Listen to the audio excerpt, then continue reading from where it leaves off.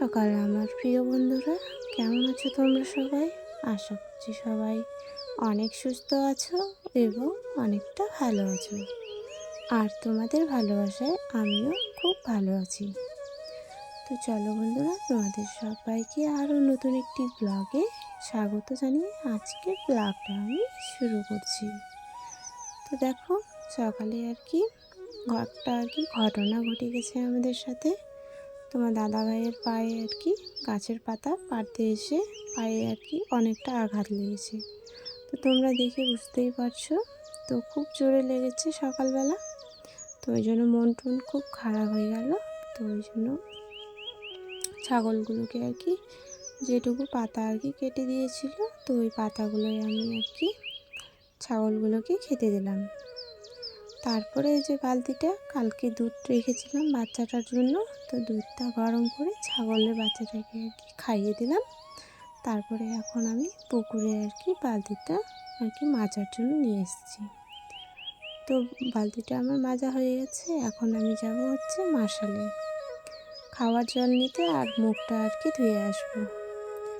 চলো বন্ধুরা, তোমরা সবাই সাথে থাকো। আর যদি কোনো নতুন বন্ধুরা আমার চ্যানেলে এসে থাকো, তাহলে তোমাদেরকে অনেক স্বাগত ও অনেক ভালোবাসা জানাই। আর আমার পুরনো বন্ধুরা যারা আমার ভিডিও প্রত্যেক দিন দেখছো তো তোমাদেরকেও অনেক অনেক ভালোবাসা, যে তোমরা অনেক কষ্ট করে আমার ভিডিওগুলো দেখছো। তো একটা ছাগলের বাচ্চা ওই দিকে দিয়েছিল, তো ওকে আমি এখানে রেখে দিয়ে গেলাম। পাতা খাবে, বাচ্চাগুলো একটু হালকা করে পাতা খেতে শিখেছে। তারপরে মা আর মেয়ে মিলে মুখ ধুয়ে জল নিয়ে চলে আসলাম। তো দেখো, অন্য লোকের ছাগল চলে এসেছিলো। তো আমার মেয়েকে বললাম যে ছাগলটাকে বের করে দে। তো বের করে দেওয়ার পরে জলগুলো আমি রান্নাঘরে রেখে এসে এখন বাড়ির সামনে যে উঠোনটা আছে ওখানে কয়েকটা শাক ফেলেছে। তো ওই শাকগুলো এখন তুলে নিচ্ছে।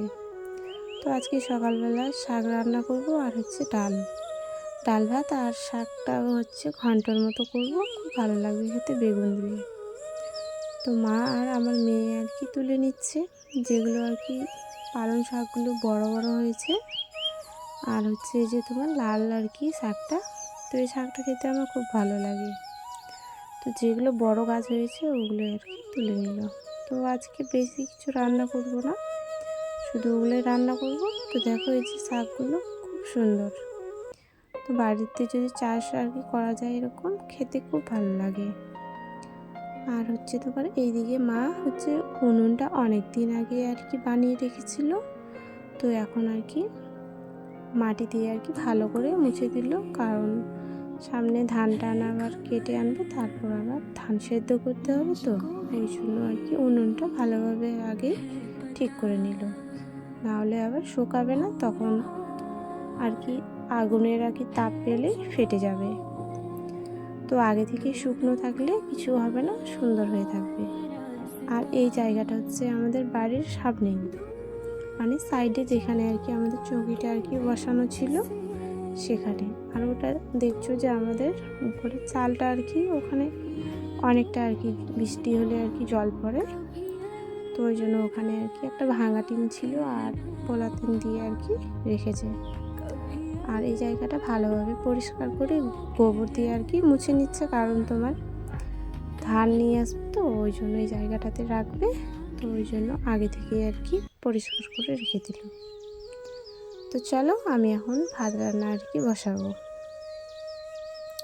তো এইদিকে তোমার দেখো, ছোট্ট ছাগলের বাচ্চাটা, যে ছাগলের বাচ্চাটা দুধ খেতে দেয় না, তো ওই বাচ্চাটা সবসময় রান্নাঘরে বেশিরভাগ থাকে, কারণ ওর ঠান্ডা লাগে। তো ওই জন্য উনুনের পাশে ও বসেই থাকে। তো সবারই এইসব ভালো লাগবে না, ছাগল সবাই ভালোবাসে না। উনুনের কাছে রান্না করব, তখন ছাগলের গা থেকে যদি চুলগুলো পড়ে যায় তো অনেক লোকই খারাপ ভাবে, কিন্তু আমার খুব ভালোই লাগে। দেখো, তো আমি কি বলছিলাম বিড়বিড় করে, আমি নিজেও বলতে পারছি না। তারপরে আমার ভাতের ফেনাটা গালানো হয়ে গেছে। এখন আমি তরকারিগুলো ভালোভাবে কেটে নেব। তো এই যে দেখো ছোট ছোট করে আর কি শাকগুলো আমি কেটে নিলাম, আর হচ্ছে বেগুনগুলো আমি ছোট ছোট করে লম্বা লম্বা করে কেটে নেব। হাট থেকে আর কি নিয়ে এসেছিলো ওইগুলো, তো বেগুনটা আর কি ভালো আর কি আনতে পারিনি, পোকা ছিল সাইডে। তো এই পোকাগুলো ভালোভাবে আর কি আমি কেটে যে দিকটা আর কি ভালো আছে তো সেই দিকটায় আমি নিয়ে নিচ্ছি আর কি।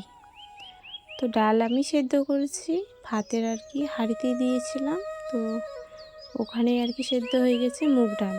তো মুগ ডাল রান্না করবো আর হচ্ছে তোমার শাকের ঘন্ট। তারপরে আমি চলে আসলাম পুকুরে হচ্ছে তরকারিটা আর কি ধোয়ার জন্য। তো পুকুরে না ধুলে ভালো লাগবে না, কারণ শীত মানে সকালবেলা শীত ছিল, তো ওই জন্য মাটি আর কি ভরেছিল, ওই জন্য ভালোভাবে আমি পুকুরে ধুয়ে নিলাম। তারপরে রান্নাঘরে গিয়ে আমি ভালো করে ভালো জল দিয়ে আর কি ধুয়ে নেব। তো আমার মেয়ে আর কি আমার পিছন পিছন মোবাইলটা নিয়ে বেড়াচ্ছিল, ওই জন্য আর কি বেশি ভিডিওটা আর কি নড়াচড়া করছে। তো দেখো ভালো জল দিয়ে আর কি আমি ধুয়ে নিলাম। তারপরে কড়াইয়ে আমি তেল দিয়ে দিলাম, এখন কয়েকটা আর কি পাঁপড় ভেজে নেব আমি। তো দেখো এই যে ব্রেড পাঁপড় ছিল কয়েকটা, তো ওগুলোই আমি ভেজে নিচ্ছি এখন। তো বেশি ভাজবো না, যতটা পারি ততটাই আর কি ভেজে নেব। তো চলো বন্ধুরা, তোমরা সবাই আমার সাথে থাকো আর ভিডিওটি শেষ অবধি দেখার অনুরোধ রইল তোমাদের কাছে।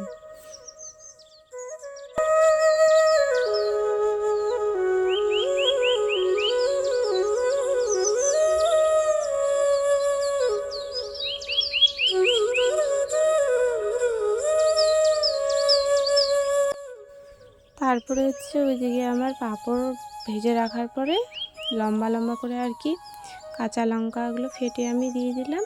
তারপরে এখন একটু ফোড়ন দিলাম, দেওয়ার পরে এখন শাকগুলো আমি দিয়ে দিলাম।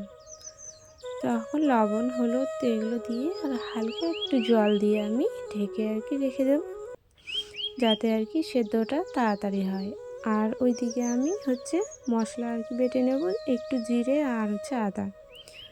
কাঁচা লঙ্কা দিয়ে শাক খেতে আর কি বেশি ভালো লাগে, শুকনো লঙ্কা দিয়ে কিন্তু অতটা আর কি খেতে ভালো লাগে না। তো দেখো এদিকে আমার তরকারিটা আর কি সেদ্ধ হয়ে গেছে শাকগুলো। তো তারপরে আমি যেটা আর কি আদা আর কি হচ্ছে তোমার জিরে যেটা বেটে রেখেছিলাম, তো ওটা আমি এখন দিয়ে দিলাম। তো এখন একটু তেল দিয়ে একটু কষিয়ে আর কি আমি নামিয়ে নেব। তো চলো বন্ধুরা, তোমরা দেখতে থাকো আর আমি রান্নাটা করে নিই।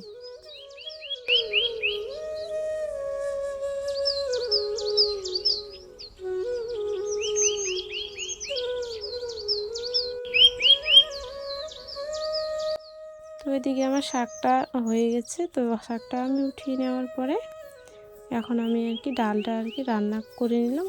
আগে দিয়েছিলাম তোমার হচ্ছে কাঁচা লঙ্কা 2-3টে আর কি দিয়েছিলাম ফোড়ন দিয়ে, তারপর ডালটা দেওয়ার পরে এখন আমি শেষে আর কি যেটা আদা আর কি জিরে বাটা রেখেছিলাম ওটা দিয়ে নামিয়ে নিলাম। দেখো এদিকে আমার তরকারি রেডি। তো চলো বন্ধুরা, আজকের ভিডিওটা আমি এখানে শেষ করছি।